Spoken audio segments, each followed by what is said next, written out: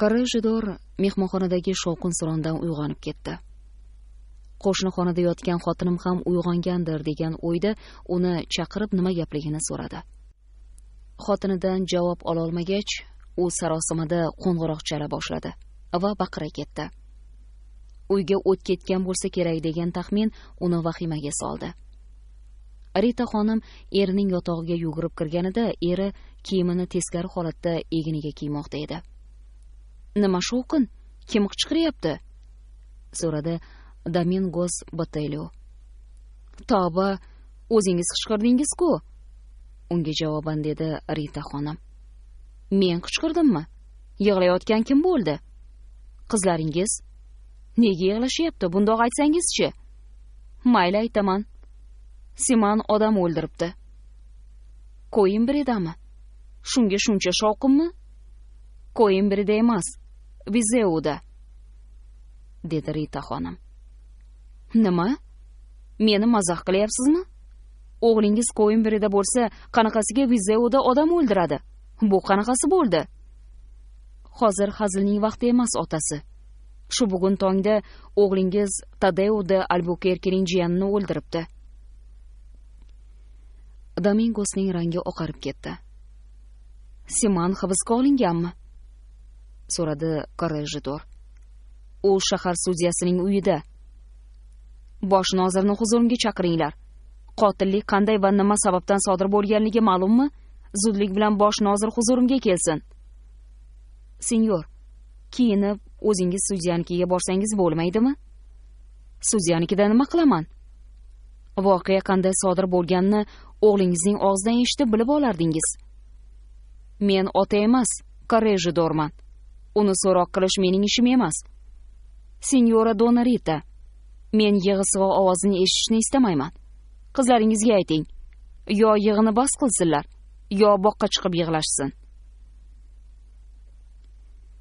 Nozir bo'lib o'tgan voqeaning tafsilotini o'zi bilganicha so'zlab berdi va bu baxtsizlikning sababi Simanning Tadeo de Albuquerque qiziga bo'lgan oshiq-moshiqligida ekanini qo'shib qo'ydi. Nozirning gaplarini eshitgach, Domingos de Botelho g'azab bilan: "Sudya qonunga muvofiq ish ko'rsin. Agar u qonunga binoan ish ko'rmasa, uni shunday qilishga majbur etaman", dedi. Nozir xonadan chiqqach, Dona Rita Presoza eriga: "Bu nima deganingiz? Nima uchun o'z o'g'lingizga qattiqqo'llik qilyapsiz?" deb noladi. "Shuning uchunki, men bu yerlarning Korejidoriman. Rashk sababli odam o'ldirganlarga befarq bo'la olmayman. Ayniqsa, men yomon ko'rgan insonning qiziga bo'lgan rashk tufayli. Men uchun Siman o'lganida edi, bu oila bilan qarindosh urug'chilik qilishdan ozod bo'lardim. 1000 barobar afzalroq edi bu. Agar o'g'lim bilan bu qizning o'rtasidagi munosabatni tasdiqlovchi biron bir gap eshitsam, uni uydan haydayman deb Simanni o'z xatlarimda ko'p ogohlantirgan edim. Senyora, siz so'zimizni bir chaqaga olmaydigan, ayniqsa qotillikka qo'l urgan o'g'ilni deb vijdonimni sotishga majbur qilmasangiz kerak." Dona Rita onalik mehri sababli eri bilan uzoq bahslashdi. Lekin erining o'ta o'jarligi va g'azabi senyorani taslim bo'lishga majbur etdi. U shu vaqtgacha Korejidorni bu darajada g'azab otiga minganini, qahri qattiqligini bilmagan va serzarda gaplarini eshitmagandi. Pirovard natijada eri: "Senyora, uncha ahamiyatli bo'lmagan masalalarda o'z boshimchaligingizga chidab keldim. Gap or-nomus ustida ketyapti. Endi sizning hukm chiqarishingizga yo'l qo'ymayman. Meni xoli qoldiring", dedi. Eridan bu dashnomlarni eshitarkan, uning yuziga bir daqiqa qarab turdi-da, o'zining ojizligini his etib chiqib ketdi. Shundan so'ng Korejidorning uyiga sudyaning o'zi kirib keldi. Korejidor uning istiqboliga chiqdi. Ammo uning yuz ifodasi tund, qovog'i soliq. Sudyaning bu tashrifi yon atrofdagilarda shubha uyg'otishi mumkinligidan ensasi qotdi. "Zot oliylari, o'g'lingizning boshiga bu tashvish tushganligidan sizga hamdardlik bildirishga ruxsat eting", deya gap boshladi sudya. Minnatdorman janoblari. Barchasidan xabarim bor. Tergov ishlari boshlandimi? Da'vo arizasini qabul qilmasimdan o'zga ilojim yo'q. Agar da'vo arizasini qabul qilmaganingizda edi, sizni o'zim majbur qilgan bo'lardim. Senyor, Simon Batelioning ishi jiddiy. Hammasini bo'yniga oldi. U sevgilimga ozor bergan yaramasni o'ldirdim deyapti. Qahramonlik, dedi Karejidor sovuqqina miyig'ida kulib. Men o'g'lingizdan o'zingni himoya qilish uchun harakat qildingmi deb so'radim. O'zim esa undan ha degan javobni eshitish maqsadida imo ishora ham qilib ko'rdim. Lekin o'g'lingiz yo'q deb turib oldi. Uning gapi bo'yicha o'zini himoya qilish maqsadida uni o'ldirmay, 1-2 musht tushirgan bo'lardim, dedi. Men uni turli yo'llar bilan bu ishni aqldan ozgan holatda qilib qo'yganligini tasdiqlovchi javobni aytishiga rosa urindim. Ammo u dona-dona qilib, shunday ishonch bilan gapirganidan men noiloj qotillik ataylab uyushtirilgan, qotillik amalga oshirilganda es-hushi, xotirasi joyida bo'lgan degan xulosaga keldim. Janob, ko'rib turganingizdek, ahvol juda tang. O'g'lingizga yordam bermoqchi bo'ldim. U qaysarlik qildi. Men bo'lsam, senyor sudya, o'g'limga yordam ham bermayman. Berishni istamayman ham. U qamoqdami? Hali qamaganimiz yo'q. Mening uyimda. Men sizdan qamoqxonada unga munosibroq joy tayyorlab qo'yish uchun qanday farmoyishingiz bor deb keldim. Men hech qanday farmoyish bermayman. Bu uyda mahbus Simon Batelioning hech qanday qarindoshlari yo'qligini yodingizda tutishingizni so'rayman. Senyor Karejidor, axir siz otasiz-ku, dedi sudya g'amgin ohangda. Men amaldorman. Bu darajada qattiqqo'l bo'lish yaramaydi. Bu so'zlarim uchun meni kechiring. Do'stligimiz haq-hurmati. Qonun uni jazolaydi. Siz ham uni o'z nafratingiz bilan jazolamang. Bunday musibatda hatto begona odamlar ham gina qudratlarini unutadilar. Og'ir ahvolda nafaqat mehribon otaning ranjishi, hatto begona odamlarning keklari ham unutiladi. Men undan nafratlanayotganim yo'q, senyor. Siz gapirayotgan odamni men tan olishni istamayman. O'z burchingizni ado eting. Bu Karejidorning buyrug'i. Keyinchalik esa do'stingiz xushmuomalaligingiz uchun sizdan minnatdor bo'ladi. Sudya Karejidorning uyidan chiqib, to'g'ri Simonning oldiga keldi. Simon avvalgidek beparvo o'tirardi. Men hozirgina otangiz bilan suhbatlashib kelyapman, dedi sudya. U men o'ylagandan ham battar g'azabda ekan. Hozircha otangiz sizga yordam berishidan umid yo'q. Otamning yordami kerak emas, dedi xotirjamlik bilan Simon. Gunohingiz katta, senyor Batelio. Otangiz istasalar sizga chiqariladigan hukmni biroz yumshatishlari mumkin. Qanday hukm chiqarishingiz bilan bir pullik ishim yo'q, dedi loqaydlik bilan Simon. Dorga osish xavfi ham sizni qo'rqitmaydimi? Hech ham, senyor. Nimalar deyapsiz, senyor Simon? Ajablandi sudya. Boshimga tushadigan qismat mutlaqo qiziqtirmasligini aytdim, xolos. Otangiz moddiy jihatdan sizga ko'rsatiladigan muruvvatlardan ham bosh tortyapti. Menga baribir. Och o'lamanmi, dorga osilamanmi, buning menga farqi yo'q. Onangizga maktub yozsangiz bo'lmaydimi? Undan kechirim so'rang, iltimos qiling. Nimani iltimos qilay? Unga otangizni jahldan tushirishini iltimos qiling. Bo'lmasa, sizni osh-ovqatingiz bilan bog'liq xarajatlarni bo'yniga oladigan odam topilmay qoladi. Senyor Simon. Janob, siz meni hozir qayerda nonushta qilib olsam deydigan notavon deb o'ylayapsizmi? Menimcha, oziq-ovqat tashvishlari sudyaning vakolatiga kirmaydi. To'g'ri aytasiz, kirmaydi, achchiqlanib dedi sudya. Mayli, bilganingizni qiling. Sudya gapini tugatgach, bosh nozirni chaqirib, mahbusni uning ixtiyoriga topshirdi-da, qo'riqchining keragi yo'qligini aytdi. Qamoqxona xodimi mahbusni durustroq xonalardan biriga joylashtirdi. Xona bo'm-bo'sh bo'lib, qulayliklardan asar ham yo'q edi. Qamoqxonadagi hamxonasi Simanga o'z kursisini berdi. Siman kursiga qo'lini chog'ishtirgancha o'tirib, xayolga toldi. Tez orada otasining xizmatkorlaridan biri qamoqxonada paydo bo'ldi. U nonushta olib kelgandi. Xizmatkorning aytishiga qaraganda, nonushtani unga onasi pinhona berib yuborgandi. Unga bir xat ham bor edi. Xizmatkor nonushta solingan savatchani yerga qo'ygach, Siman quyidagi mazmundagi maktubni o'qidi. Baxtiqaro o'g'lim, sen umringni juvonmarg qilding.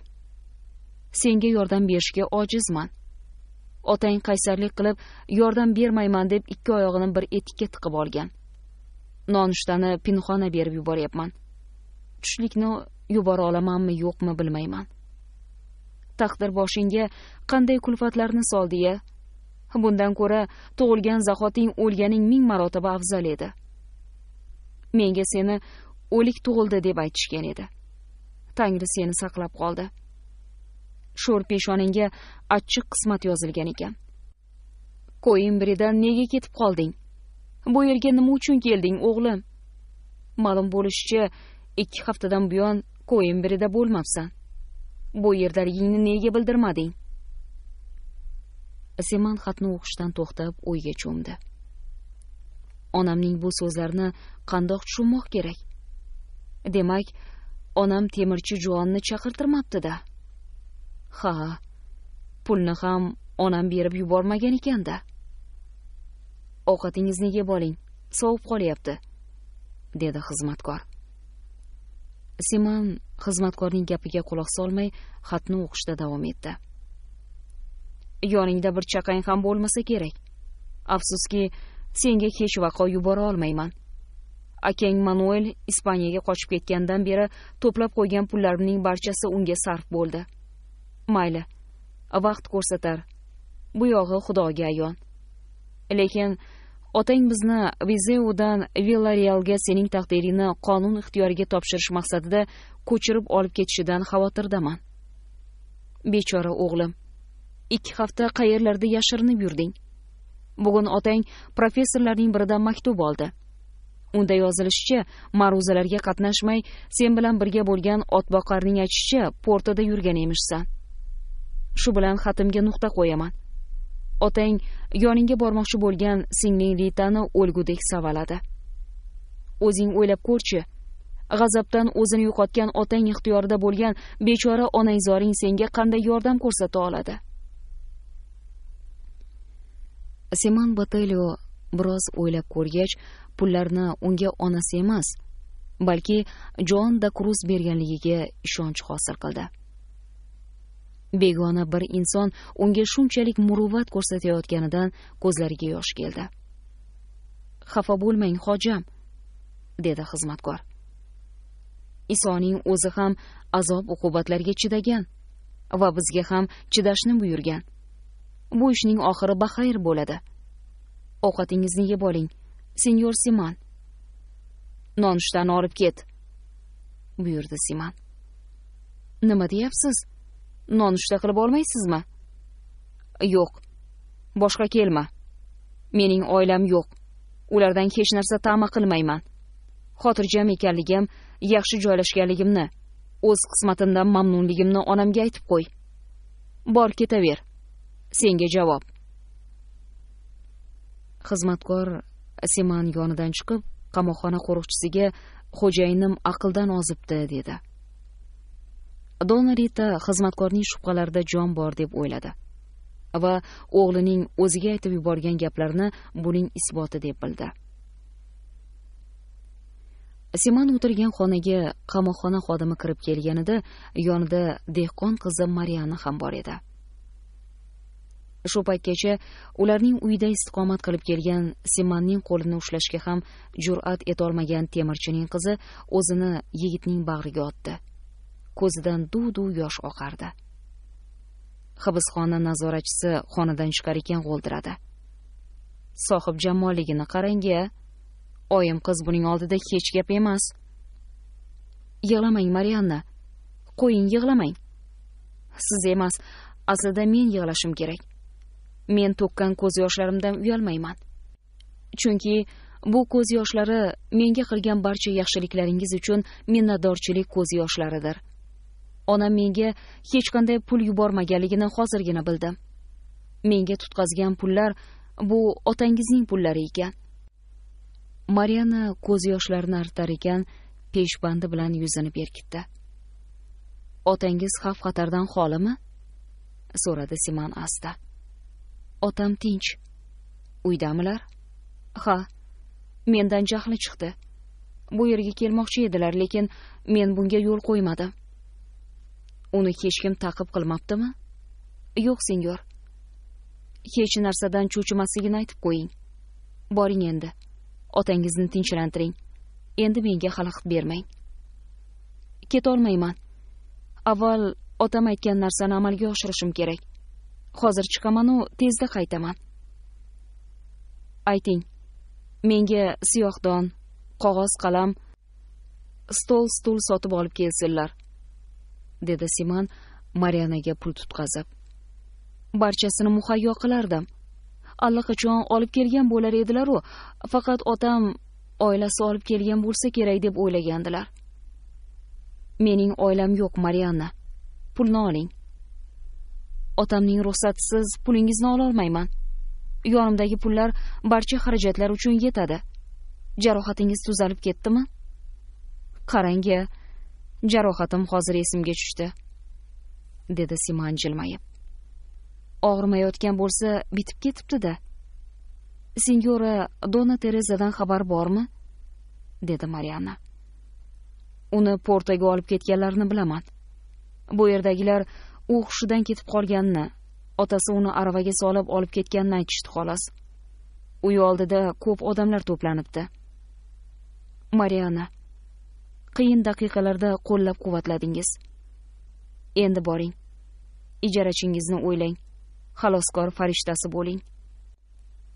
Qizning ko'zlariga yana yosh qalqdi. Yig'lab yuborishdan o'zini tiyib, sabr toqatli bo'ling. Sizni hech kim o'z holingizga tashlab qo'ymaydi. Yodingizda bo'lsin. Endi sizning yana bir singlingiz bor, dedi. Shu so'zlarni aytib, qiz katta cho'ntagidan pishiriq o'ralgan tuguncha va bir shisha likorni olib qo'ydi. Ko'ngildagidek nonushta emas-u, lekin yo'lda bundan boshqa narsa topa olmadim, dedi u va Simanning minnatdorchilik bildirishiga yo'l qo'ymayoq tezda chiqib ketdi. Karejidor o'sha kuniyoq xotini va qizlariga Vezeudan ko'chib ketishga tayyorgarlik ko'rishlari haqida buyruq berdi. Olib ketilishi mumkin bo'lgan yuklarni tayyorlab qo'yib, ertangi kunga ko'chishlarini ham aytdi. Karejidor qizlarning biridan olgan xatimda u keltirgan g'amgin xotiralar haqida yozmoqchiman. Oradan 57 yil o'tgan bo'lsa-da, yoshlikda o'tgan kunlarim xuddi kechagidek gavdalanadi. Bilmadim, nima uchun bolalikda o'tkazgan kunlarim aniq-tiniq ko'z o'ngimda. Menimcha, 13 yil avval xotiramda bo'lgan voqealarning tafsilotlari yodimdan ko'tarilgan edi. Onamiz menga va opa-singillarimga buyumlarimizni yig'ishtirib, yo'lga hozirlik ko'rishimizni buyurganida hammamiz yig'lagandik. Bu esa otamning jahlini chiqargan edi. Opalarim yoshlari katta bo'lgani uchunmi yo jazoga o'rganib qolganlarigami darhol yig'idan to'xtashdi.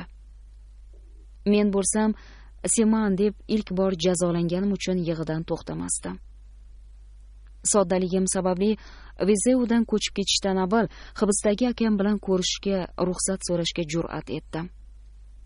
Shu zahotiyoq qattiqqo'llik bilan 2 marotaba jazolandim. Qamoqxonaga tushlik olib borgan xizmatkor qo'l urilmagan yemak solingan savatchani qaytib olib keldi va Simanning xonasida ba'zi bir jihozlar paydo bo'lganini, o'zi esa ovqatlanayotgani va xotirjamligini so'zlab berdi. Vezeudagi barcha bonglar Baltazar xotirasi uchun yangrab ovoz berdi. Xizmatkorning aytishicha, akamning xonasida ma'yus va ko'z yosh to'kkan Sohibjamol qishloqi bir his ham bo'lgan ekan. Xizmatkor bu qizdan ko'z uzolmay turgan paytda "Mana mening oilam" debdi. Ertasi kun tong saharda biz Villarealga qarab yo'l oldik. Onam yo'lda tinmay yig'lab borardi. Bundan g'azabi qaynagan otam aravasidan tushib, onamning yoniga o'tirishimni aytdi. O'zi esa men minib ketayotgan xachirga o'tirib oldi. Biz Villarealda joylashganimizdan so'ng Siman sababli tez-tez oilaviy nizolar chiqa boshladi. Janjallar ko'paygandan otam oilani tashlab Montezelosda yolg'iz yashaydigan bo'ldi. Onam ham bizni tashlab Simanni qutqarish maqsadida Lissabondagi qarindoshlarinikiga ketishga tayyorgarlik ko'ra boshladi. Ammo bundan xabar topgan otam xotini va qizlari xonadonni tashlab ketishsa, Simanni ko'rishni sud orqali man ettiraman deb tahdid qildi. Onam Simanga tinmay xat yozardi. Lekin o'g'lidan javob ola olmasdi. U o'g'lim javob xati yozmayapti deb siqilardi. Oradan ko'p yillar o'tgach, otamning hujjatlari orasidan onamning Simanga yozgan barcha xatlarini topib oldik. Onam yozgan maktublarning hammasi otamning buyrug'iga asosan jo'natilmagani ma'lum bo'ldi. Vizeulik bir xonim onamga xat yozib, unda onam o'g'liga ko'rsatayotgan g'amxo'rliklar uchun maqtovlar keltirilgan edi. Bu xat onamga podachi orqali yuborilgandi. Bo'lmasa, otam uni ham onamga berdirmagan bo'lardi. O'zi haqida dugonasida yaxshi taassurot qoldirgani onamni ajablantirdi. Onam javob xatida o'g'liga hech qanday yordam ko'rsata olmayotganini, o'g'li esa uning yordamidan voz kechganligi haqida yozgandi. Donna Ritaning xatiga javoban Vizeulik sinyora xatida qamoqdan uncha uzoq bo'lmagan joyda yashaydigan bir temirchining qizi Simanga g'amxo'rlik qilayotgani, odamlarga esa buni sinyora Donna Rita Preozaning iltimosi va uning mablag'i hisobidan bajarayotganini yozgandi. Sinyora yana bu Sohibjamol qizni bir necha bor uyiga taklif qilib, Simanga eltib berish uchun turli xil lazzatli taomlar tayyorlab olib borib berishini iltimos qilganini, Siman hech narsa qabul etmayotganini xatida qistirib o'tgandi. Vaqti bilan otam yo'qligi sababli Vizeulik zodagonlar akamga qarshi tish qayrayotganligi haqidagi xabar qulog'imizga chalinib turardi. Onam poytaxtdagi qarindoshlariga o'g'lini qirol tomonidan afv etilishini so'rab xat yozardi. Ammo barcha xatlar otamning qo'liga tushardi. Shuncha muammo tug'dirib, oiladan ayro holda, izzat hurmat ko'rmay, o'z koshonasida otam nima qilyapti ekan? Otam ishchilarni yollab tashlandiq bo'lgan, supurgugul va sariq gulli cho'l o'simligi bosib ketgan yerlarni uzumzoriga aylantirmoqchi bo'libdi. Onam otamga yozgan xatlarda ko'z yoshi to'kib, o'g'liga yordam berishini iltijo qilardi. O'z navbatida otam xatlarida qonun bilan hazillashib bo'lmasligini va qadimda jinoyat sodir etgan farzandlariga nisbatan otalarining o'zlari o'lim jazosiga mahkum etilganliklari haqida yozardi. Bir kuni onam yurak yutib otamning oldiga, Montezelosga yo'l oldi va undan Vizeuga borishga ruxsat so'radi. Otam uning iltimosini rad etib, qattiq urishdi. Oradan 7 oy o'tgach, Simanga dorga osish hukmi e'lon qilingani va bu hukm jinoyat sodir etilgan joyda ijro etilish haqida bilib qoldi. Derazalar bir hafta ochilmadi. Biz motam kiyimlarini kiydik. Onam esa yotib qoldi. Bu xabar Villarealga tarqalganida u yerdagi barcha aslzoda dvoryanlar Simanni qutqarish uchun o'zlarining barcha imkoniyatlarini ishga solardilar. Domingosni ko'ndirish maqsadida Montezelosga yo'l olishdi. Lissabondagi ba'zi bir qarindoshlari ham kelib, bunday isnot oila obro'siga putur yetkazishini aytib, Simanni himoya qila boshladilar. Otam hammaga birdek javob qaytarardi. Dor faqat o'z bobosining ismini bilmaydiganlar uchun yaratilmagan. Oila a'zolarini o'ylamay qilgan xatti-harakatlari bilan isnod keltiruvchilar uchun ham mavjud, derdi. Hurmat izzatga sazovor Antonio Doveyga ismli bobomiz bor edi. Hech kutilmaganda g'aroyib mo'jiza sodir bo'ldi. Bu mo'jiza shunday ro'y berdi. Bu qariya otamning oldiga kelib shunday dedi: Xudoning irodasi bilan men bu dunyoda 84 yil yashadim.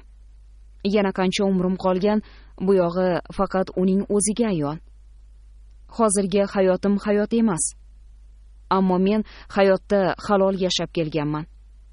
Mana, umrim ham poyoniga yetay deb qoldi. Oilamizning batnom bo'lishiga qarab tura olmayman.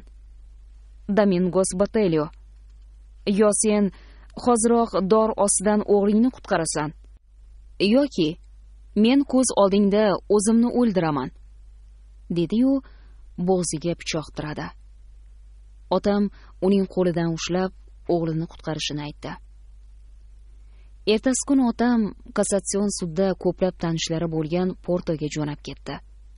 U yerdan Lissabonga o'tdi. 1805-yilning mart oyi boshlarida onam Semanning Portoga, kassatsion sud hibsxonasiga o'tkazilayotganini eshitib qoldi. Semanning bu yerga o'tkazilishi uchun da'vogarlarning, aynan Tadeo de Albuquerque va marhumning opa-singillari tomonidan amalga oshirilayotgan to'siqlarni yengishga to'g'ri keldi. So'ngra shu yerda biz voqealardan ilgarilab ketmasligi uchun xatni o'qishni nihoyasiga yetkazamiz. Chunki hikoya qilish san'ati o'zaro bog'liqlik va uzviy bog'lanishni taqozo etadi. Simon Botelho sud kunini mardonavor holda kutib oldi. U jinoyatchilar kursisiga kelib o'tirdi. Uning na himoyachisi, na guvohlari bor edi. Berilgan savollarga sovuqqonlik bilan javob qaytarardi. Qotillikning sababini so'zlayotganida Teresa Albuquerquening ismini tilga olmasdan bo'lgan voqealarni ro'y-rost so'zlab berdi. Ayblovchi Teresaning ismini tilga olishi bilanoq Simon Botelho o'rnidan sapchib turib ketdi. Sharmandalik va qonli ishda senyoraning nomini tilga olishga ne hojat? Jinoyatchi o'z aybini bo'yniga olib turgan bir vaqtda bu ishga begunoh qizni nega aralashtirasizlar? Aybimni bo'ynimga oldim.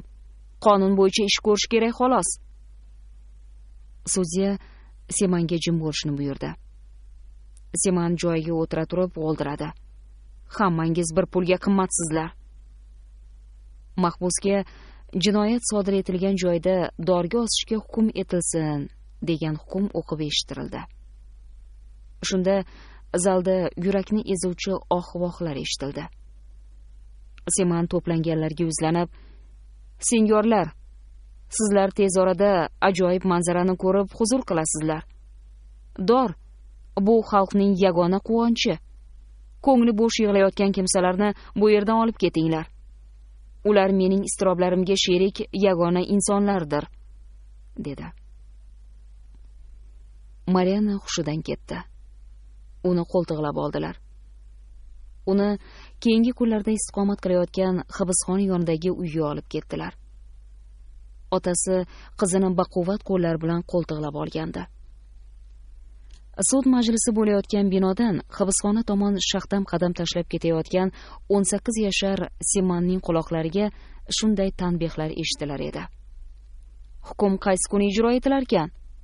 Ajab bo'pti. Otasining hukmi bilan dorga osilganlar uchun u endi javob beradi. Badavlat oyim qizga ega bo'lish maqsadida o'qlarni ayamay otaverganda, bo'lar bo'lmasga ham odam o'ldiraverishadi. Agar kambag'alni o'ldirganida bormi, hozir uyda o'tirgan bo'lardi. Bu gap juda to'g'ri. Uning gerdayib ketishini qarang. Qo'yaver, dorga osilgach bosh ham bo'ladi. Aytishlaricha, jallod ham hozir kelarmish. Kecha tunda kelgan emish. Uning yonida 2ta pichog'i bor ekan. O'z ko'zing bilan ko'rdingmi? Yo'q, bir ayol aytdi. Unga qo'shnisi aytibdi. U hozir hibsda emish. mahbusning dorga tortilishini ko'rish uchun bolalaringni olib kelasanmi? Bo'lmasamchi, bolalarga bu saboq bo'ladi. Qotillik qilgani uchun dorga osilganlarning 3tasini ko'rganman. O'zing 2 yil avval Amparo Lampreyni u dunyoga ravona qilgan eding. To'g'ri, agar uni o'ldirmaganimda, u meni tinchitib qo'ya qolgan bo'lardi. Shunday ekan, bu saboqdan ne foyda? Men qayoqdan bilay? Akam Antonio bolalarni qatlga olib borish kerak, qanday dorga osayotganlarini ko'rishlari shart deb doim ta'kidlaydilar. Nima uchun? Chunki uning terisini shilib olishlaridan qo'rqadi. O'zi bizning terimizni shilib turadi. Siman o'zini shu darajada xotirjam tutar ediki, dorga oid xalq orasida yuradigan ba'zi bir maqollarni eshitganida labida tabassum paydo bo'lardi. Siman bir xonalik qamoqxonasiga yetib kelganida unga belgilangan muddatda apellyatsiyaga berish huquqi borligini aytishdi. Siman imkoniyatni rad etdi. Siman Marianna shu yerda emasmi deb so'radi. Nazoratchi qizni chaqirib kelishga va'da berdi. Ammo Mariannaning o'rniga Joan da Cruz kirib keldi va qizining ahvoli og'irligini aytib yig'lamsirab alahsirayapti. Dor haqida poyma-poy gaplarni aytayapti. Avval uni o'ldirishlarini iltijo qilyapti, dedi. Qizning o'ziga bo'lgan muhabbati tufayli hayotdan ko'z yumishi mumkinligi Simanni qattiq iztirobga soldi. Goh-gohida Terezaning siymosi qalbidan nari ketar. Ko'z o'ngida xaloskori va qalbini xotirjam qiluvchi yaratganning farishtasi gavdalanar edi. Marianna esa unga azob-uqubatlar timsoli bo'lib ko'rinardi. U asta-sekin o'lib bormoqda. Chekayotgan azoblari evaziga bir daqiqalik rohat-farog'at ham ko'rmadi. Biri o'lim yoqasida bo'lsa-da, sevimli. Ikkinchisi ahyon-ahyonda minnatdorchilik bildirgan yigitning og'zidan sevaman degan so'zni eshitishga mushtoq holda o'lim bilan olishib yotibdi. Shu topda irodasi mustahkam Simanning ko'ziga yosh qalqdi. Bu ko'z yosh Mariannaning chekkan azoblariga arzir edi. "Senyor Cruz, qizingizni ehtiyot qiling", dedi Siman. Uning ovozida kuchli iltijo sezilib turardi. "Mendan xavotir olmang. Sog'ligim joyida. Borib qizingizga qarang. Aftidan u mening baxtsiz yulduzim ostida tug'ilganga o'xshaydi. Uni Vizeudan uyingizga olib keting. Uni qutqaring. Meni xotirlab yig'laydigan singlim 2ta bo'lsin. Siz menga juda ko'p yaxshiliklar qildingiz. Hayotim poyoniga yetib bormoqda. Bir necha kundan so'ng meni ibodatxonaga eltadilar. Bu haqda qizingiz bilmagani ma'qul." Joan da Cruz uyga qaytib kelgach, qizini yuzlari timdalangan holda yerda cho'zilib yotganini ko'rdi. Marianna aqldan ozgandek dam yig'lab, dam kulardi. Ota qizining qo'l oyog'ini bog'lab uyiga olib ketdi va Siman haqida g'amxo'rlik qilishni boshqa ayolga topshirdi. Oradan kunlar o'tdi. Endi Simanning yolg'izlikda o'tkazayotgan kunlari azobga aylandi. Sud kunigacha qamoqxona nazoratchisiga yoqib qolgan va Dona Rita bilan do'stona munosabatda bo'lgan senyoraning yordami tufayli biroz sog'aygan Marianna hibsxonaga istagan vaqtida kirib chiqish imkoniyatiga ega edi. Shu sababdan u mahbusni kamdan-kam hollarda yolg'iz qoldirardi. Siman xat yozayotgan vaqtlarda Marianna tikish bilan yoki hibsxonani tozalash bilan mashg'ul bo'lardi. Simanning ruhi tushib, yotib olgan paytlarda biroz yozishni o'rgangan Marianna stol yoniga o'tirib, tinmay bir ismni, Siman ismini yozaverardi. Ustiga ko'z yoshlari tomib, bu yozuvlar chaplashib ketardi. Shu yo'sinda oradan 7 oy o'tdi. Bu vaqt ichida Marianna Simanga sevaman so'zini na o'zi aytdi, na undan eshitdi. Bu holat uyqusiz o'tkazilgan tunlarda ham, ibodat vaqtida ham, ish bilan mashg'ul bo'lgan paytlarida ham, otasini ziyorat qilib kelayotgan vaqtlarda ham ichida qolib ketardi. Endi u bunday beozor insonni o'z xonasining temir eshigi ostonasida ko'ra olmaydi. Simonning ko'z o'ngida Tereza siymosi jonlanganida uning yonida beixtiyor Marianna ham bo'lardi. Ularning ikkovlari ham ko'z yosh to'kib turardilar. Shunda u yotgan joyidan irg'ib turib, deraza panjarasini kaftlari orasiga olib, mahkam siqqanicha o'zimni o'zim o'ldirsammikin degan xayolga borardi. Uning hech narsadan umidi qolmagan edi. Ilohiy yorug'likning nurlari uning xonasini yoritmasdi. O'z joniga qasd qilishdan na Xudodan, na odamlardan bo'lgan umidi to'xtata olardi. Faqat to'xta qo'rqoq. Hayotingni saqlab qolishga ishonch qolmaganida o'lmoqlik bu qanday jasurlik bo'ldi? Dor seni or nomus yetaklab borgan yo'l nihoyasiga yetgan vaqtdagi tantanadir, degan fikr bot-bot xayolidan o'tar edi. Xo'sh, Terezaga nima bo'ldi? Yodingizda bo'lsa, Tereza Klementina hushini yo'qotib, ibodatxona oldida o'zini tashlab yuborgan edi. Uni Portoga olib borish uchun aravaga olib chiqdilar. Tereza o'ziga kelgach, ro'parasida o'tirib olib, siyqasi chiqqan so'zlar bilan unga dalda berayotgan ko'rinishi sovuq xizmatkorga ko'zi tushdi. Otasining qarindosh urug'lari orasida Terezaga hamdard bo'lgan xizmatkorlar ham bor edi. Ammo qarshisida o'tirgan bu xizmatkor undaylardan emasdi. Shu sababli ham otasi aynan shu xizmatkorni Terezani kuzatib borishi uchun tanlagandi. Bechora Tereza ko'z yoshi to'kib, alamidan chiqish imkoniyatidan ham mahrum edi. Ammo shu vaqtgacha bekasini uncha yoqtirmay turgan xizmatkor ayolning qalbida go'yo nur kabi rahm shafqat paydo bo'ldi. Tereza o'zidan dahshatli tush ko'rmayapmanmi deb so'rardi. U madori qurib borayotganini his etar, o'zining naqadar baxtsizligini tan olib, beixtiyor yana hayotga yuz tutardi. Xizmatkorning uy bekasiga rahmi keldi. Unga qo'shilib yig'layotgan xizmatkorni ko'rgan Terezaning nafas olishi ancha yengillashdi. U xizmatkordan shu so'zlarni eshitdi. "Xonim, yuragingizni menga bo'shating. Bizni hech kim eshitmaydi." "Hech kim deysizmi? Amakivachchangiz va opalaringiz Viziyoda qolishdi. Biz bilan bor yo'g'i 2 xizmatkor ketyapti. Otam yo'qmilar?" "Yo'q oyim qiz. To'yib yig'lab oling. Ichingizdagini to'kib soling. Yengillashasiz." "Portoga ketyapmanmi?" "Ha, senyoram. Portoga ketyapmiz." "Konstansa, bo'lgan voqealarni o'z ko'zing bilan ko'rdingmi?" "Ha, ko'rdim, senyoram." "Bu qanday ro'y berdi? Gapirib ber." "Amakivachchangizning o'lganini o'zingiz ko'rdingiz, xonim." "U o'ldimi?" "Oyog'imning ostiga yiqilganini eslayman, ammo u shu zahotiyoq til tortmay o'ldi. Otangiz xizmatkorlarga darhol senyor Simanni tutishni buyurdilar.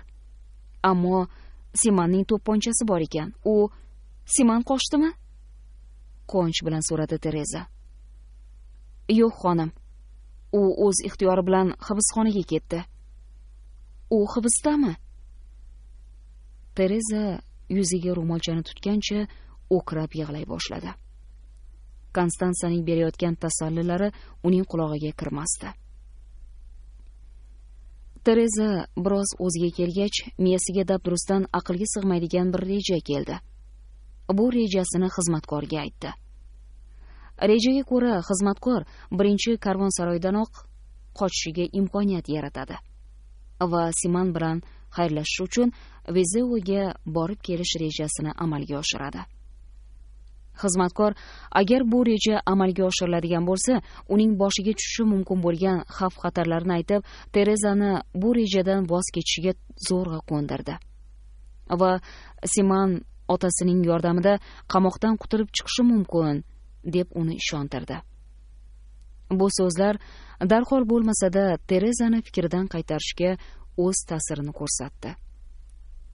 Tereza 4 kunlik yo'lni yig'i va xavotir bilan majolsiz holatda o'tkazib, 5-kuni Monshike monastiriga yetib keldi. Bosh rohiba asta yuruvchi aravadan oldin yetib kelgan xat tashuvchidan bo'lib o'tgan voqealarning tafsilotini eshitgan edi.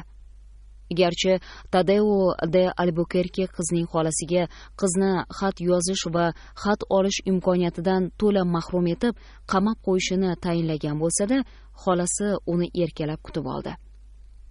Bosh rohiba bo'lib o'tgan voqealarni qizning og'zidan eshitgach, Simon Batelioning barcha xatlarini o'qib chiqdi. Ikkovlon quchoqlashib yig'ladilar. So'ngra bosh rohiba mana 40 yildirki tanani rido bilan, ruhiyatni esa azob-uqubatlar bilan o'ldirib kelgan bir rohiba sifatida o'z jiyaniga pand nasihat qila boshladi. Tereza xolasining gaplariga qarshilik qila olmadi. Tereza xat yozmoq istagida edi. "Kimga xat yozmoqchisan, qizginam?" so'radi bosh rohiba. Tereza xolasining savoliga javob bermadi. "Unga yozmoqchimisan? Nima keragi bor?" gapida davom etdi rohiba. "Nahotki xatlaring uning qo'liga yetib boradi deb o'ylasang? Faqat otangning g'azabini ham o'zingga, ham baxtiqaro mahbusga nisbatan yana ham oshirasan xolos. Sevgilingni haqiqatdan yaxshi ko'rsang, uni qanday qutqarish yo'lini o'yla. Tereza, o'zingni hamma voqeani unutganlikka sol. Agar sen azoblarga dosh bera olsang, uni tashqariga chiqarma. O'zingni taqdirga tan bergandek ko'rsat. Zora shunda otangning ko'ngli yumshasa, bechora do'stingga ozgina marhamat ko'rsatsa." Tereza bu gaplarga indamay quloq solarkan, u yana bir bor o'lim farishtasiga jilmayib, xayolan sevgilisini, o'zini, muhabbatini va umidlarini o'z qanotlari orasida asrashini xayolan iltijo qilib so'radi. Qavm rohibasi har oyda amakisidan xat olib turardi. Ular o'ch olish ishtiyoqi bilan yashardilar. Chol hamma yerda qotil dordan qochib qutula olmaydi deb gapirib yurardi. Jiyaniga xatlar yetib kelmasdi. Ammo o'ziga xayrxoh bo'lgan rohibaning ko'z yoshlari uning yuragini tirnardi. Tabiatan nozik nihol qiz odamlar ko'z oldida cho'kib borayotgan edi. Tabiblar uning kunlari sanoqli qolganini aytdilar.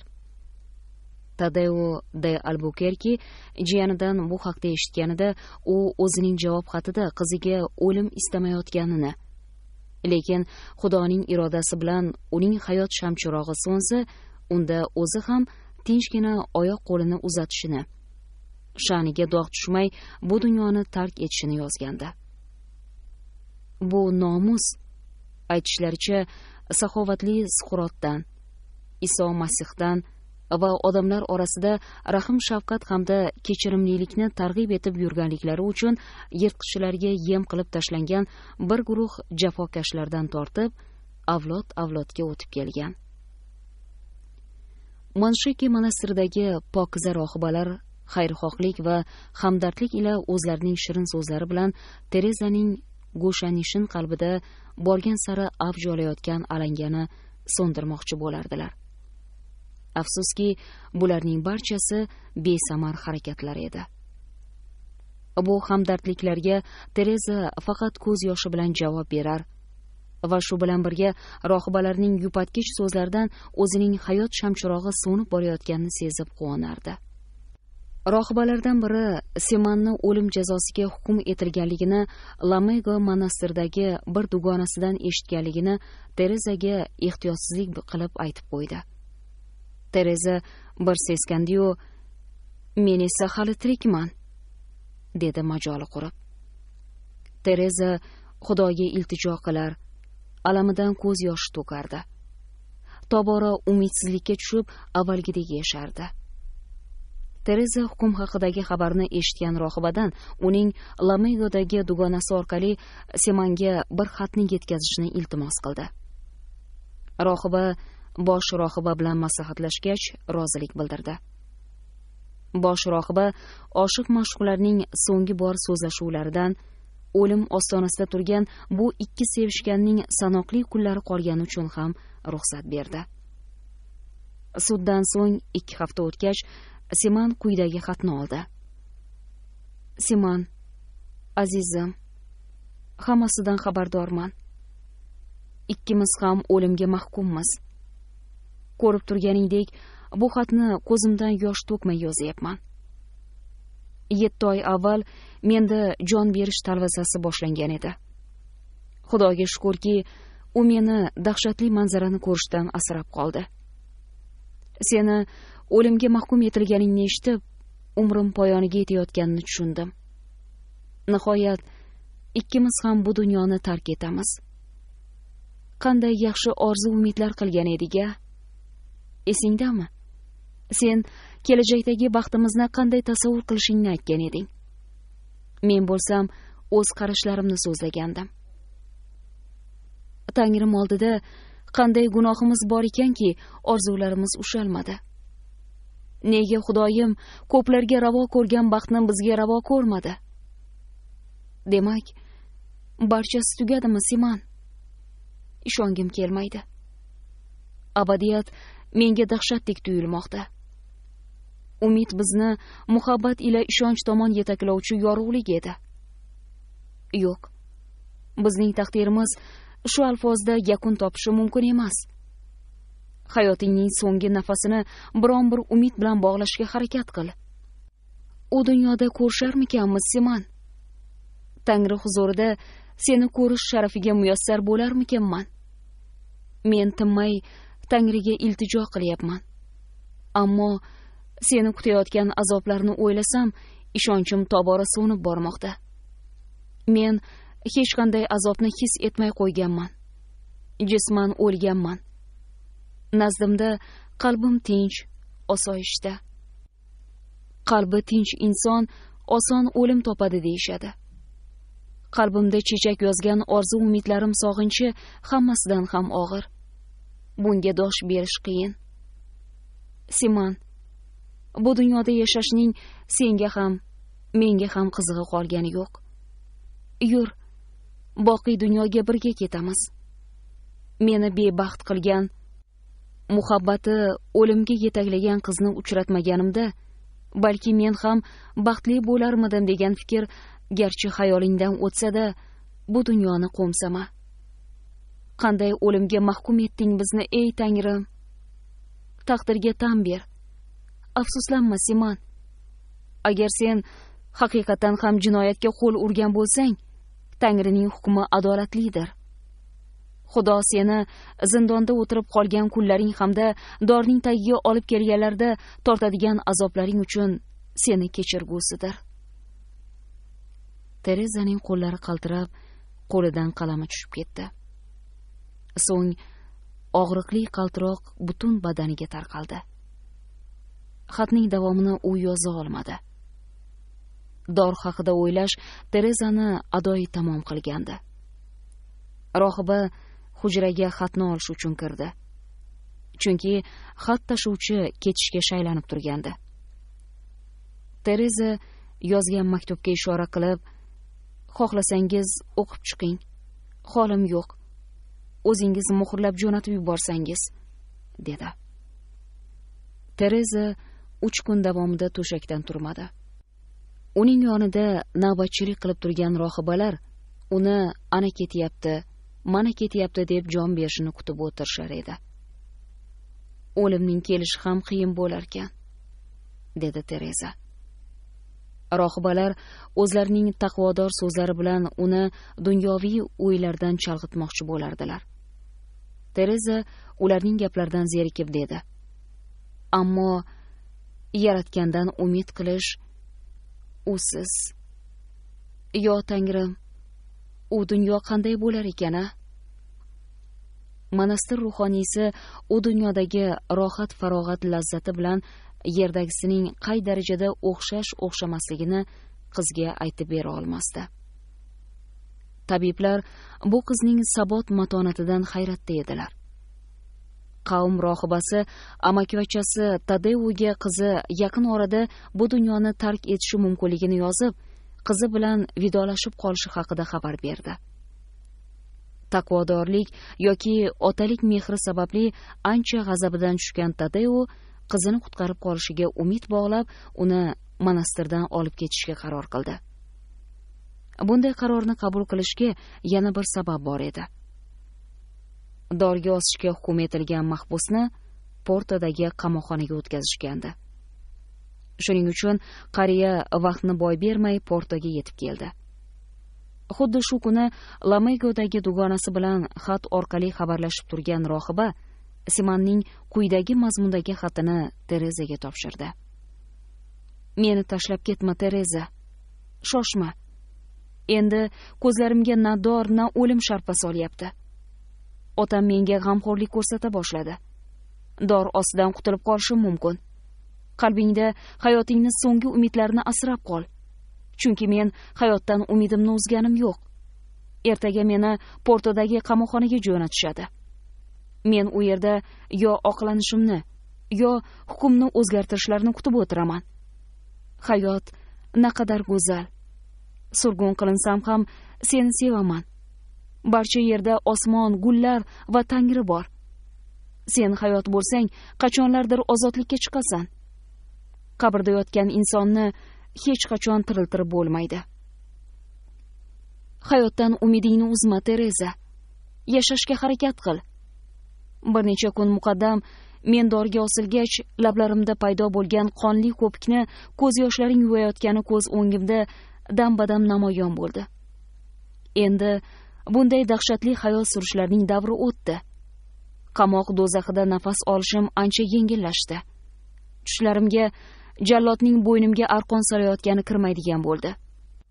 Endi ko'zlarimni samoga tikkancha Yaratganning menga rahm shafqat qilganiga ishondim. Kecha men ayriliq tunlarimizda o'z sirlarimizni ishonib oshkor etadigan yulduzlarimizni ko'rdim. Men hayotga qaytdim, Tereza. Qalbim umidlarga limmolim. O'limni xayolingga keltirma, azizam. Tereza to'shakda o'tirib, bu xatni o'qiyotganida tun yarimlab qolgandi. Qiz xizmatkorni chaqirib, undan kiyinishiga yordamlashishini iltimos qildi. Derazalarni ochishni buyurib, peshonasini temir panjaraga tirab turib qoldi. Deraza dengiz tomonga qaragan edi. Dengiz bu kecha oy nurida go'yo katta kumush alanga kabi to'lqinlanardi. Tereza qidirayotgan yulduzlar to'lin oy shu'lasi ostida ko'zga tashlanmayotgandi. Ana ular, birdan xitob qildi Tereza. Ular kim? So'radi Konstansa. Mening yulduzlarim. Men kabi rangsiz. Hayot naqadar go'zal, dedi u qaddini rostlab ozg'in rangpar barmoqlarini peshonasiga bosar ekan. Men yashashni istayman. Ey Tangrim, menga hayot baxsh et. Siz albatta yashaysiz, xonim. Xudo rahmdil, siz yashaysiz, dedi xizmatkor. Tungi sovuq havoni sipqormang. Daryo ustini tuman qoplagan. Bu sog'lig'ingizga putur yetkazishi mumkin. Meni tinch qo'y. Bularning bari go'zal.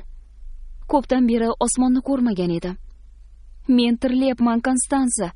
Tirilayotganimni his etyapman. Nega har tunda shu havodan sipqormadim, a? Nahotki men yana bir necha yil yashay olsam? Yashay olaman, jonim Konstansa. Avliyo anbiyolar ruhiga ibodat qil. Kel, birgalashib ibodat qilamiz. Kel, axir Siman o'lmaydi-ku. Mening Simanim yashaydi. U mening ham yashashimni istayapti. Ertaga u Portoga keladi. Balki kelgandir ham. Kim, senyoram? Siman. Ertaga Siman Portoga keladi. Xizmatkor bekasini alahsirayapti deb o'yladi. Lekin Terezaning gaplariga e'tiroz bildirmadi. Siz xatni undan oldingizmi, bekam? Qiziqib so'radi Konstansa va harorat tufayli alahsirayotgan onlardagi xursandchilik soniyalarini uzaytirmoqchi bo'ldi. Ha, undan xat oldim. Xohlasang o'qib beraman. Tereza xizmatkorni hayratda qoldirib, xatni o'qib berdi. Kel, ibodat qilamiz, xo'pmi? Sen uning dushmani emassan-ku. Quloq sol, Konstansa. Biz u bilan turmush qursak, seni o'zim bilan olib ketaman. Pushaymon bo'lmaysan. Bizga xizmat qilishni istaysanmi? Juda xohlayman, bekam. Ammo u o'lim hukmidan qutulib qolarmikan? Qutulib qoladi. Mana ko'rasan, otasi uni qutqaradi. Xudo xohlasa, biz birga bo'lamiz. Ammo men so'lib boryapman-ku. Ey Xudo. Tereza qo'llarini ko'ksiga bosganicha yig'idan qaltirab ketdi. Majolim qolmadi. Hamma meni o'ldiga chiqarib qo'ygan. Tabib ham menga hech narsa tavsiya qilmay qo'ydi. O'sha onlarga yetib bormaganim yaxshimidi? Endi hayotga umid uchqunlari paydo bo'lganda o'lmoq, yo Tangrim. Shunday deya, Tereza Vezeudan olib kelgan Bibi Maryam rasmi qo'yilgan stoli oldida ibodat uchun tiz cho'kdi. Surat qo'yilgan bu stol oldida uning onasi va buvisi tiz cho'kib, so'nggi bor ibodat qilib, boqiy dunyoga rihlat qilgan edilar. Ertasi kuni Tadeu de Albuquerque Monshiki darvozasi oldida paydo bo'ldi va kelganligi haqida bosh rohibaga aytishlarini so'radi. Uning amakivachchasi, ya'ni bosh rohiba ko'zlarida quvonch ko'z yoshlari bilan qabulxonada paydo bo'ldi. Qarindosh, meni g'am-g'ussadan yig'layapti deb o'ylamang, dedi bosh rohiba. Xudoning irodasi bilan farishtamiz sog'ayib qoldi. Bugun ertalab u birovning yordamisiz o'z yotog'ida yurganini ko'rdim. Bugun uning ko'rinishi ham boshqacha. Bu mo'jiza, qarindosh. Shu yerga dafn etilgan 2 muqaddas avliyoning ruhi uni qo'llab-quvvatladi. Bizning 2 ibratli rohibamiz har kuni uning ruhiga ibodat qilyapti. Xudoning irodasi bilan u tamoman sog'ayib ketadi. Menga yetkazgan xabaringizdan juda xursand bo'ldim, qarindosh. Uning gapini bo'ldi Tadeu. Men qizimni Vezeuga olib ketishga qaror qildim. Tug'ilib o'sgan joyining havosi uni yana ham sog'aytirib yuborsa ajab emas. Portoga qaraganda u yer ancha bahavo. Mashaqqatli va uzoq yo'l bosish hozircha uning salomatligiga to'g'ri kelmaydi, qarindosh. Qaytamiz. Tamom vassalom. Rahmingiz kelsin. Yaqinda biz uni yarimjon holida ko'rdik-ku. Qizingizning yana bir necha oy shu yerda turishiga ruxsat bering. So'ng bemalol olib ketavering. Qarshiligim yo'q, ammo hozir uni berib yubora olmayman. Uning bu yerda qolishi xavfli, e'tiroz bildirdi chol. Chunki yaqin kunlarda Portoga jiyanimni o'ldirgan qotil keladi. Siz hoynahoy bundan bexabar bo'lsangiz kerak. Shunaqa gaplar. Yaramas Karijidor o'g'liga yordam qildi. Uning iltimosiga ko'ra Portodagi kassatsion sud belgilangan muddatda qotilning shikoyat xatini qabul qilibdi. Bu ham kamlik qilgandek o'g'li Portodagi qamoqxonaga o'tkazilibdi. Men hozir avvalgi qabul qilingan hukmni tasdiqlash harakatida yuribman. O'ylaymanki, barchasi zoyi ketmaydi. Ammo qizimni bu yerda qoldira olmayman. Siz qizning otasisiz, men esa boyog'i qarindoshingizman, dedi qavm rohibasi. Aytganingizcha bo'la qolsin.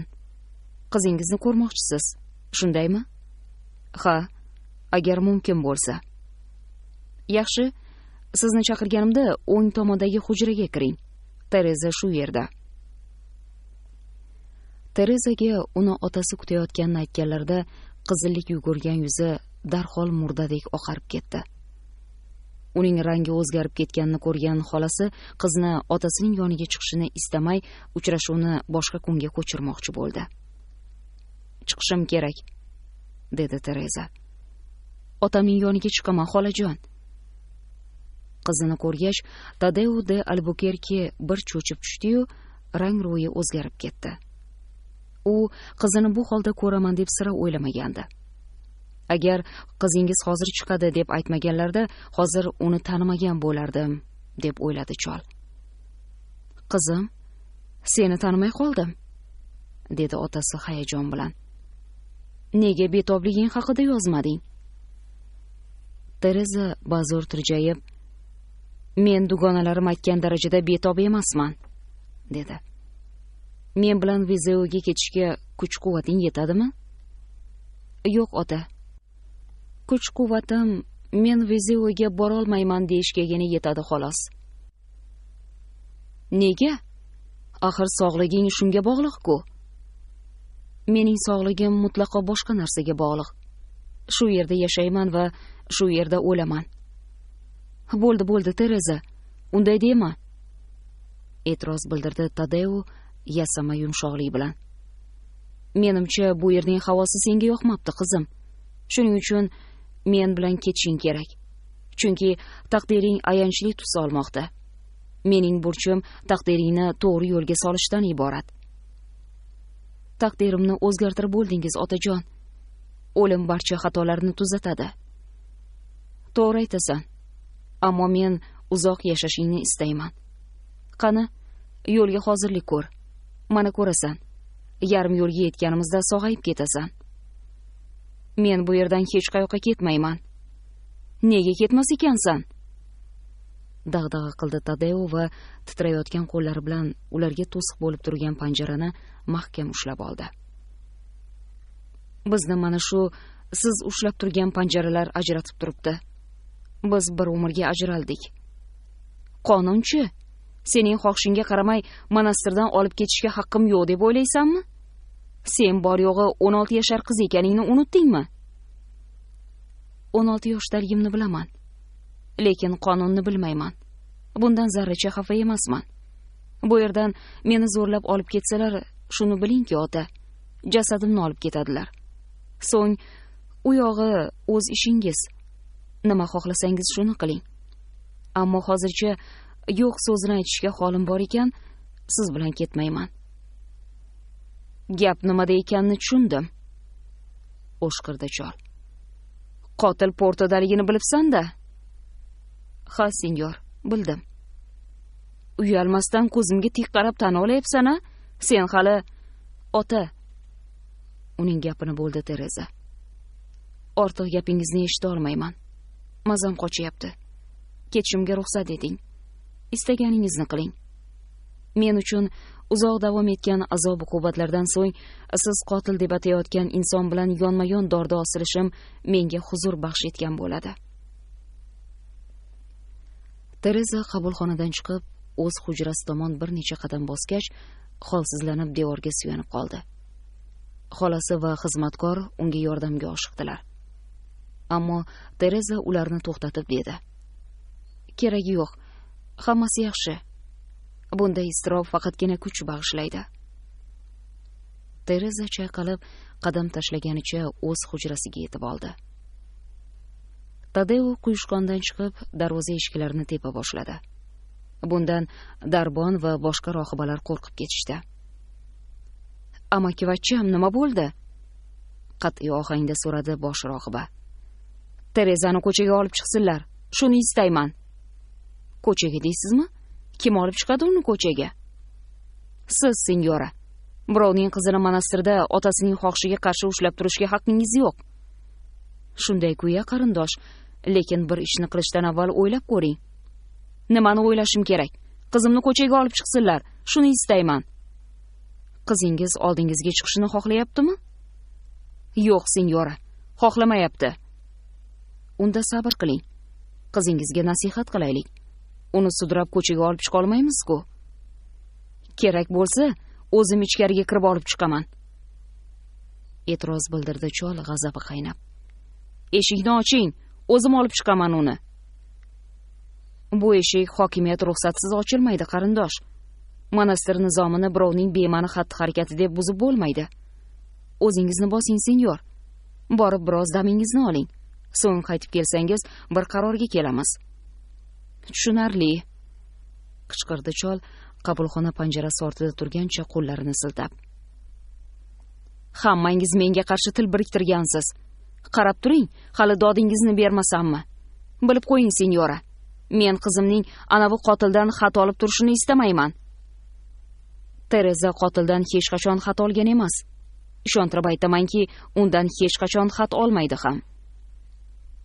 Sizni nimaga ishontirmoqchi bo'lganingizni bilaman. Monastiringizni o'zim kuzataman. Terezaning xizmatkorini bo'shating, tushundingizmi? Nima uchun? So'radi bosh rohiba hayron bo'lib. Unga barcha ishlardan meni xabardor qilib turasan degandim, lekin u va'dasining ustidan chiqmadi. Chunki sizni voqif qiladigan hech gap bo'lmadi-da, senyor. Boshimni og'ritmang, qarindosh. Xizmatkorni darhol monastirdan haydab yuborishingizni talab qilaman. Bu xohishingizni qondira olmayman. Adolatsizlik qilishga haqli emasman. Agar qizingizning boshqa xizmatkori bo'lishini istasangiz, unda yuboring. Bu xizmatkorga keladigan bo'lsak, boshqalar ham uni xizmatkorlikka jon-jon deb oladi.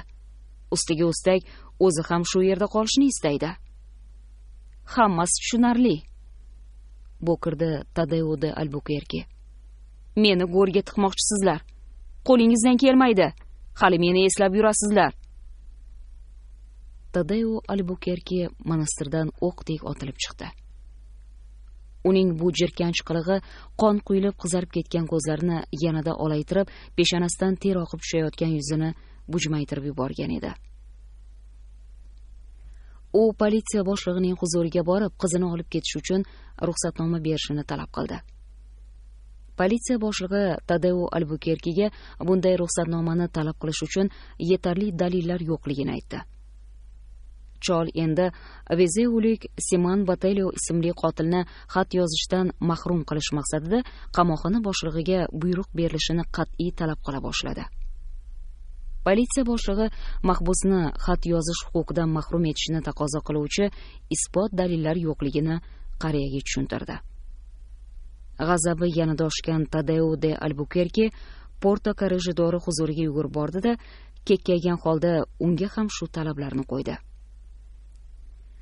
Domingos Batelioning yaqin do'sti bo'lmish Porto Corregidor chaqirilmagan mehmonni sovuqqonlik bilan kutib oldi va unga inson keksayganida aqlini yo'qotsa, kulgili holatga tushib qolishi muqarrarligini va bu achinarli ekanini aytib, uni jo'natib yubordi.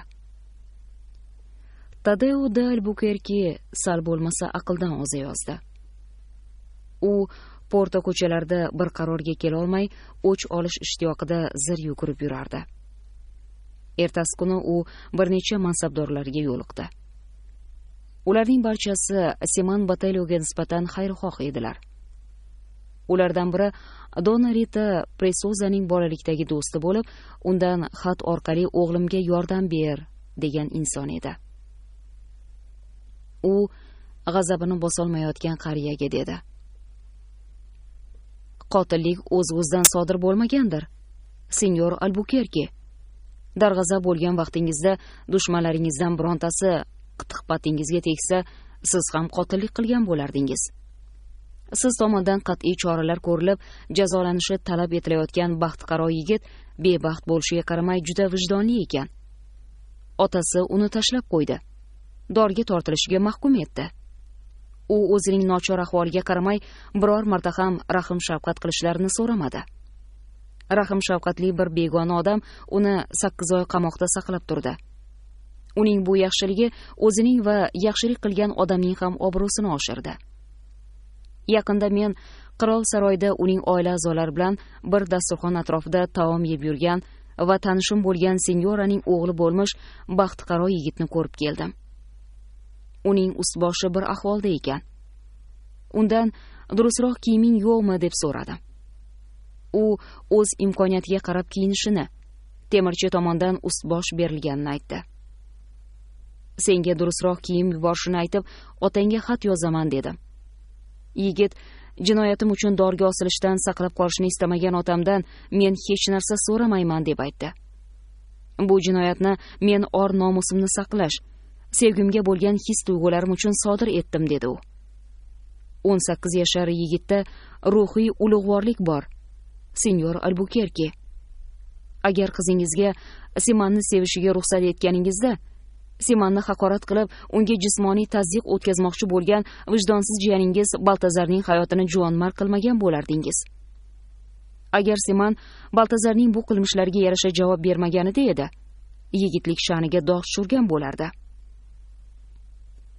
siz janoblari qizingizning pokiza his tuyg'ulariga qarshi chiqmaganingizda adolat hukmi dor ostiga olib bormasdi.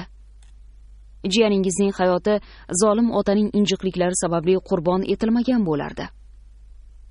Janoblari qizingiz Vizeulik kollejidorning o'g'liga turmushga chiqsa, aslzodalik obro'yim kamayib qoladi deb o'yladingizmi?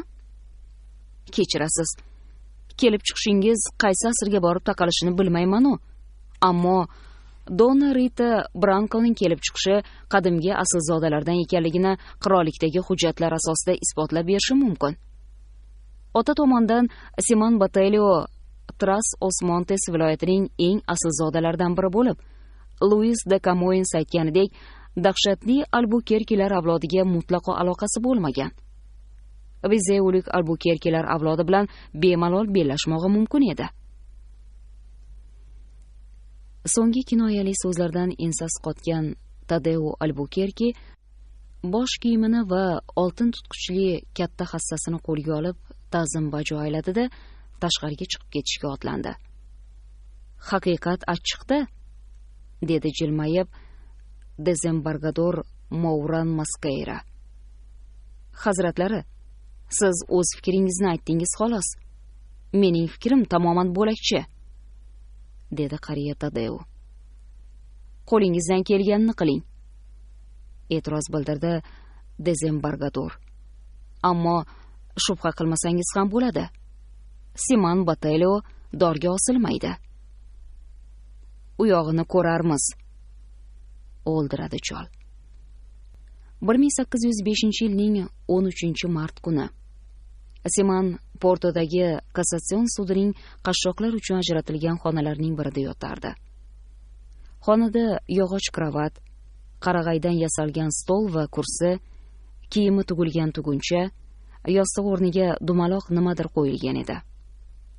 Stol ustida Terezaning xatlari solib qo'yilgan qora quticha, qurib qolgan gullar, Vezeu qamoqxonasida yozganlari, Mariananing sud kuni ko'z yoshlarini artgan va hushidan ketar chog'ida belidan yechgan peshbandi turardi. Simon Terezaning xatlarini birma-bir o'qir, qurib qolgan gullar o'ralgan qog'ozlarga yozib ko'rar, bo'zdan tikilgan peshbandni ko'zdan kechirar ekan, unda ko'z yoshlaridan qolgan dog'larni qidirardi. So'ngra u peshonasi va ko'kragini tirab, derazadagi panjaraga yopishar ekan, uzoqdagi Gaya, Kandal, Oliveira, Pilar tog' tizmalari va u yerda monastir joylashgan go'zal manzarali baland sohillarga kelib tutashadigan Valunga va Gralyeira tog'lariga suqlanib qarardi. Kun ajoyib edi. Moviy osmon tip-tiniq.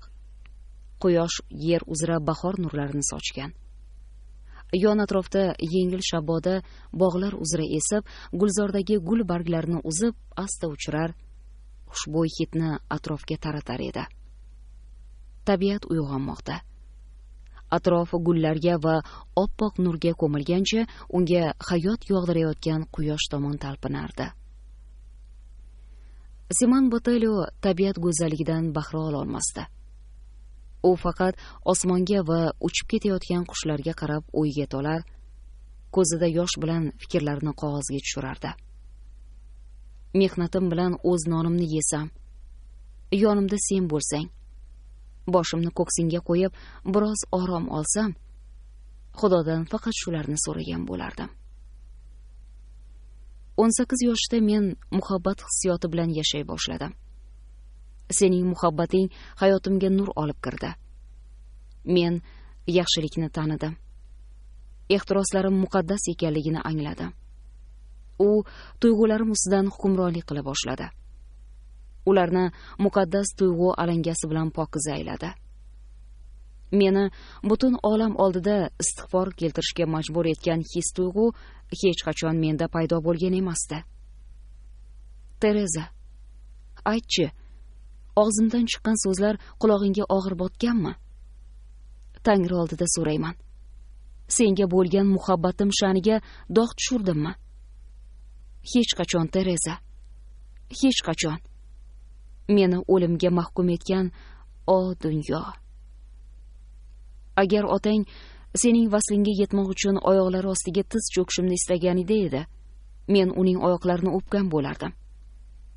Agar sen boshqa inson bilan baxtli bo'lishing uchun menga o'lishni buyurganingda, men uni bajonidil qabul qilardim, Tereza. Tereza, sen yolg'izsan, bebaxtsan. Senga ko'p azob berdim. Sendan ortiq umr ko'rishni xohlamayman. Men qotilman. Ammo ko'nglim xotirjam, bezovta emas. O'ylamasdan jinoyatni sodir etganim ko'nglimni g'ash etmoqda. Xuddi nafasim bo'g'layotganday uyqudan cho'chib uyg'ongan kezlarim ham, dor ostiga olib borguvchi pillapoyalar ham yuragimga qilcha qo'rquv solmagan. Butxonaga olib borishlarini har daqiqa kutar va o'zimga o'zim men Iso Masihga iltijo qilaman derdim.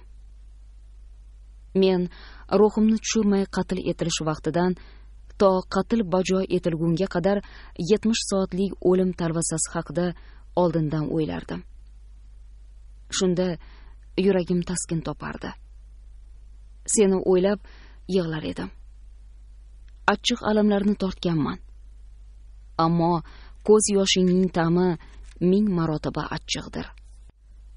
O jafokash Tereza, sening oh-voh nolalaring har on qulog'im ostida jaranglaydi.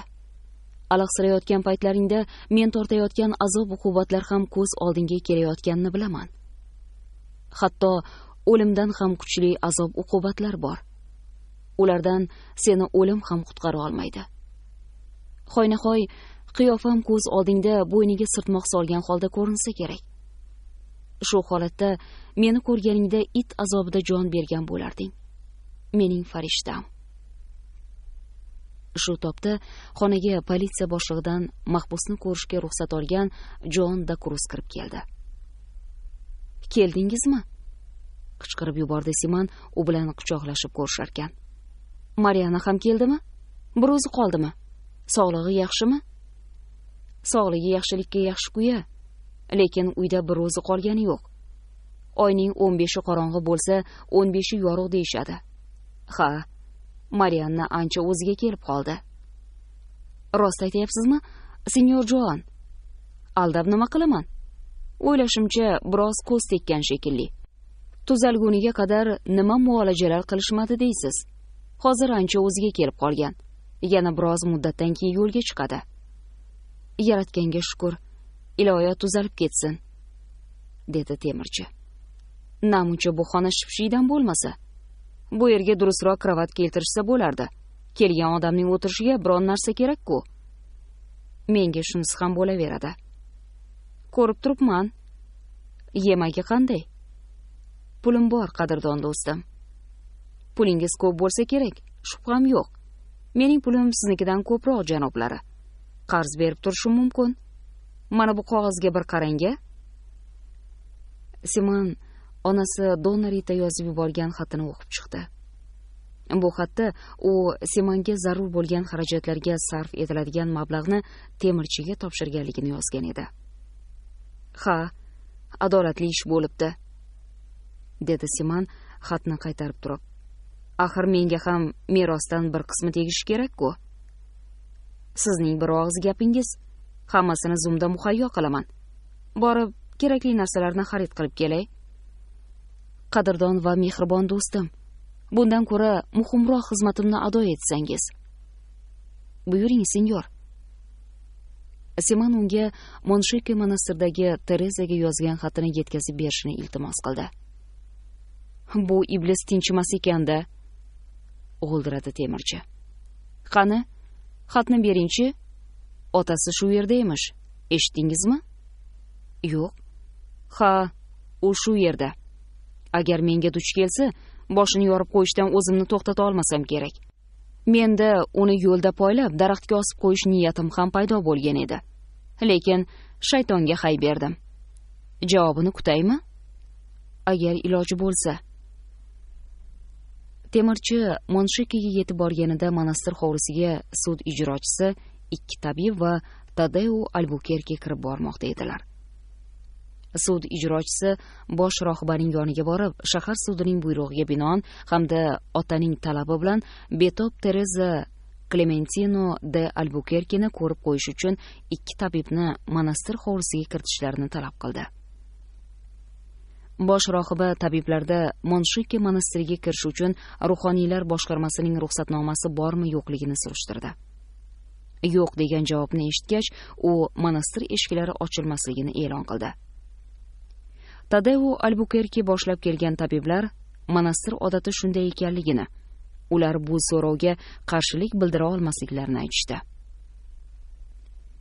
Tashrif buyurgan 4 kishi tashqariga chiqdi. Faqat temirchigina xatni qay yo'l bilan ichkariga kirgizib yuborishni o'ylab qoldi. Uning miyasiga kelgan dastlabki fikr ma'quldek ko'rindi. Temirchi panjaraga yaqinlashib, "Sinyora rohiba", dedi. "Sizga nima kerak?" so'radi bosh rohiba. "Muhtarama sinyora rohiba, bir muruvvat ko'rsatsangiz. Vezeulik Dona Terezaga u taniydigan bir qishloq qizning otasi kelibdi deb aytsangiz." "Siz kim bo'lasiz?"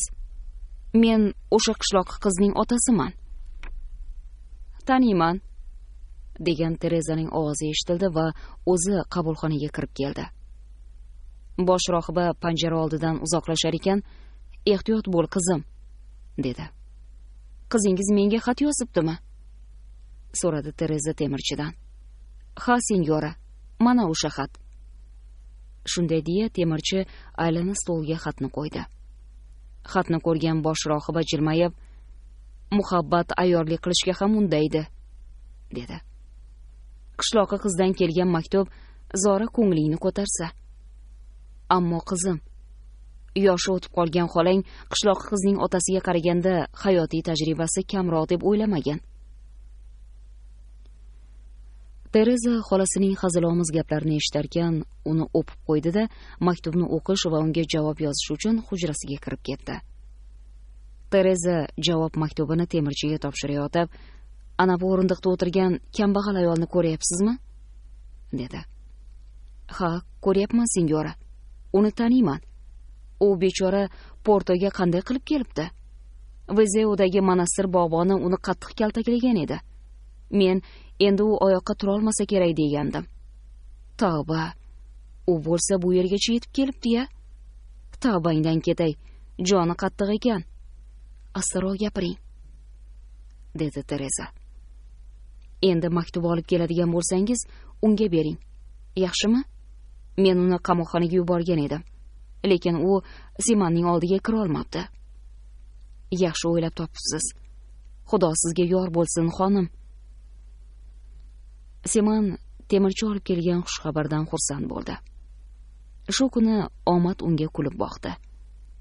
Mariananing sog'ayishi va Tereza bilan maktub yozib turish imkoniyatining paydo bo'lgani qora kunlarda Tangrining unga yuborgan katta ne'mati edi. Siman chin dildan Tangriga shukronalar aytdi. Joan da Cruz esa tutilgan buyumlarni savdo qiluvchi savdogardan sotib olgan jihozlarni xonaga joylashtirayotgan edi. To'satdan temirchi ishini to'xtatib, "Keling, sizga yana bir xushxabarni yetkazsam. Kutilmagan sovg'a qilmoqchi edim." "Nima ekan u?" "Mariana men bilan birga kelgan. Karvonsaroyda turgan paytimizda biroz tobi qochib qoldi. Ertaga albatta kelib, xonangizni tartibga soladi va taom tayyorlab beradi." Siman bu xabardan suyunib ketdi va biroz g'amgin holda indamay turib g'o'ldiradi. "Demak, mening baxtsiz hayotim bechora qizingizni ham tubsiz jarliklar tomon men bilan birga sudramoqda. Mariana, sen Tangrining tengsiz marhamatiga sazovorsan, farishtam." "Nimalar deyapsiz, senyor?" Simanning gapini bo'ldi temirchi. "Xushxabarim sizni xafa qildimi deyman?" "Senyor Joan", tantanavor ohangda dedi mahbus. "Bokira qizingizni bu yerda qoldirmang. Uni bu yerga bir marotaba olib keling. Ko'rishishga ruxsat eting. Lekin bu yerda qoldirmang. Mariananing hayotini barbod etishni istamayman. Portoda bir o'zi qolgach, ahvoli qiyinlashadi. Axir qizingiz juda go'zal. Uni bu yerda tinch qo'yishmaydi, ta'qib etishadi." ta'qib etishadi? Marianna o'zini ta'qib ettirib qo'yadiganlardan emas. Qani, tegishib ko'rishsinchi, boplab adabini berib qo'yadi. Do'stim, dunyoda xom nokka o'xshash qattiq qo'l ayollar bor. Erkak barmog'ini bosib ko'rgach, qattiq ekan deb tashlab ketaveradi. Qizim onasining o'zginasi. Joyi jannatda bo'lgur xotirimning fe'l-atvori o'zgacha edi. Unga shaydo bo'lib yurgan kunlarimning birida uning sonidan ushlab olgandim. Basharamga ketma-ket shunday shapaloqlar tushurdiki, haligacha yodimdan chiqmaydi. Bir misol aytay. Vezulik Mondes ismli dvoryan xotik minib kelayotgan Mariananing oyoqdagi poyafzaliga qo'li bilan tekkan ekan, qizim qamchisi bilan chunonam savalabdiki, asti qo'yaverasiz. Siman Mariananing jasurligi haqidagi otasining gapirayotganlariga miyig'ida kulib qo'ydi. Va 8 oy davomida deyarli yonma-yon yashab, unga muloyimlik bilan ko'rsatgan iltifotlarni eslab, ichidan mag'rurlandi ham. Qizingiz siz qanday yashaysiz? Dedi Mahbus. Bir ilojini qilarman. Ko'z ostimga olib qo'ygan bir kampir bor. Menikiga ko'chib kelib, issiq sovug'imdan xabar olib turadi. Janoblari, siz bu yerda uzoq qolib ketmaysiz. Senyor Karajidor sizni ozod etish uchun harakat qilmoqdalar. Ishonchim komil. Siz albatta ozodlikka chiqasiz. Keling, ochig'ini ayta qolay. Agar qizimni o'zim bilan Portoga olib kelmaganimda, u qashdan yong'oqdek yorilib ketardi. Mening aqli farosatim joyida, hojam. U sizni butun vujudi bilan sevadi. Ismim Joanligi qanchalik haqiqat bo'lsa, uning sevishi ham shunchalik haqiqat. Peshonasiga shunday yozilgan ekan. Nima ham qilardik? Bilaman, Siman. Qizimga yomonlikni istamaysiz. Dunyoda hali or nomusli odamlar ko'p. Siman temirchini bag'riga bosarkan shunday dedi. Ey mening xaloskor do'stim. Qani endi men qizingizning juft haloli bo'lsam edi. Juft haloli deganingiz nimasi? Dedi temirchi va u Siman bilan tanish bo'lganlardan buyon ilk bor uning ko'zlariga yosh qalqqan edi. Xayolimga bunday fikr kelmagan. Qizimning ham. Men temirchi ekanimni, qizim esa sizga singil bo'lishini biladi. Keling, bu haqda boshqa gaplashmaylik. Bo'lmasa ko'z yoshlarim daryo bo'lib oqadi. Yaxshisi ishga kirishaylik. Stolni bu yerga, javonni esa u yerga, 2 stulni u narigi tomonga qo'yamiz. Kravat bu yerda turadi. Jomadonni kravatning tagiga qo'yamiz. Tog'ora bilan ko'zachi ana bu yerda tura qolsin. Kravatga solinadigan buyumlarni qizim olib keladi. Xonangizni tanib bo'lmaydigan bo'lib qoladi. Siman, qizim menga 2 dona nima aydi-ya, gul soladigan idish olib kelishni buyurgan edi. Guldonmi? Ha, gullar uchun 2 ta guldon olishim kerak. Ularni qayerda sotadi bilmayman. Borib tushlik olib kelay. Bo'lmasa qizim meni qamoqxonadan chiqazmay qo'yishdimi deb o'ylashi mumkin. Kecha kechqurun meni bu yerga qo'yishmaganini sizga aytishga ulgurmadim. Ammo yonimda onangizning senyor Desembargadorga yozgan maktubi bor edi. Men uning oldiga bordim. Bugun ertalab karvonsaroyga politsiya boshlig'i janoblarning ruxsatini keltirib berishdi. Xo'p, xayr, Siman. Uchrashguncha. Hozirgi bo'layotgan voqealardan biroz chekinib, boshqa bir narsani hikoya qilsam. Chunki o'sha paytga kelib iste'foga chiqqan sobiq Karajidor Domingos Botelho fe'l atvorning ba'zi bir qirralarini ochib berishni lozim topdim. Karajidorning katta o'g'li Manuel Botelho matematika mashg'ulotlarini davom ettirish maqsadida Koimbiriga qaytgach, Ozor orollaridan kelib tibbiyot sohasida o'qiyotgan bir talabaga nisbatan xiyonat qilgan juvon bilan Ispaniyaga qochib ketgani haqida yuqorida hikoya qilgan edik. 1 yil davomida Manuel Botelho qochoq juvon bilan La Corunyada onasi yuborib turgan mablag' evaziga ro'zg'orni tebratib turdi. To'ng'ich o'g'li uchun har narsaga tayyor bo'lgan ona birin-ketin o'zining va qizlarining qimmatbaho taqinchoqlarini sotib, pullarni o'g'liga jo'nata boshladi. Nihoyat onaning sotadigan bor budi tugadi. dona Rita mablag'i tugaganligi sababli hibsdagi Simanga yordam bera olmayotganini o'g'liga yozdi. Endi Manuelga yordam berishga ojiz ekanini, qolgan qutgan pullarni Simanga, Vezeuda va hozirda Portoda rahmdillik qilib yordam berayotgan kimsaga haq to'lab turishini yozdi.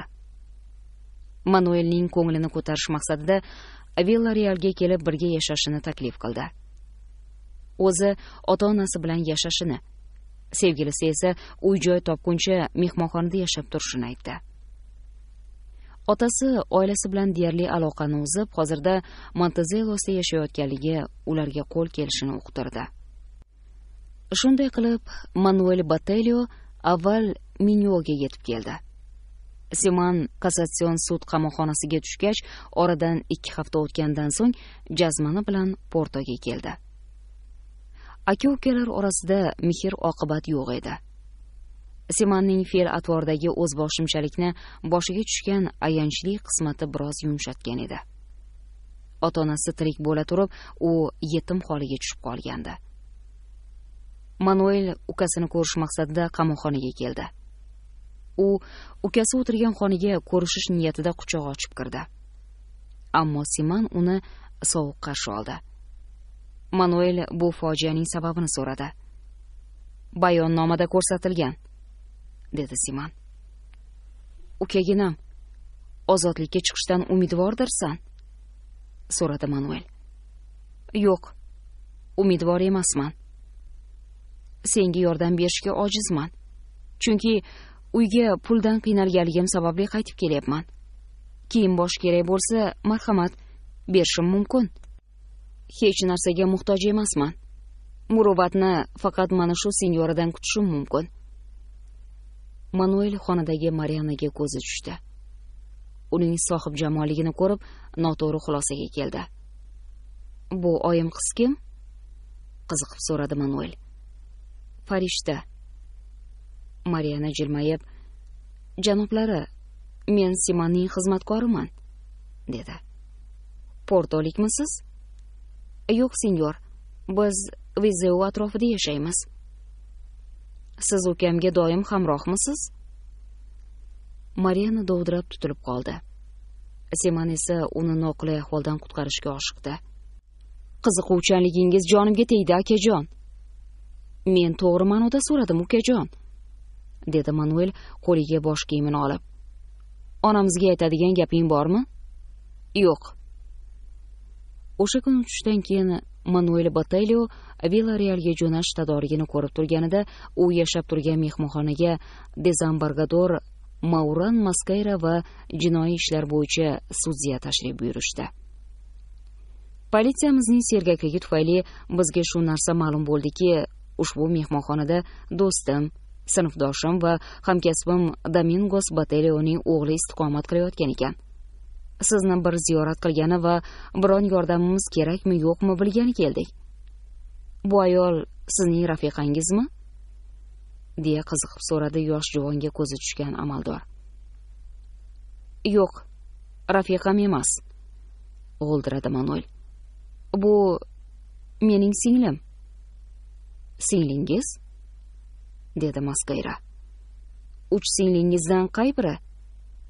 "Ularni Vezeuda bundan 5 yil avval ko'rgan edim. Sinyora, bu vaqt ichida juda o'zgarib ketibsiz. Sizni hech taniy olmayapman. Sinyora Donna Anna Amaliyamisiz?" "Aynan o'sha", dedi Manuel.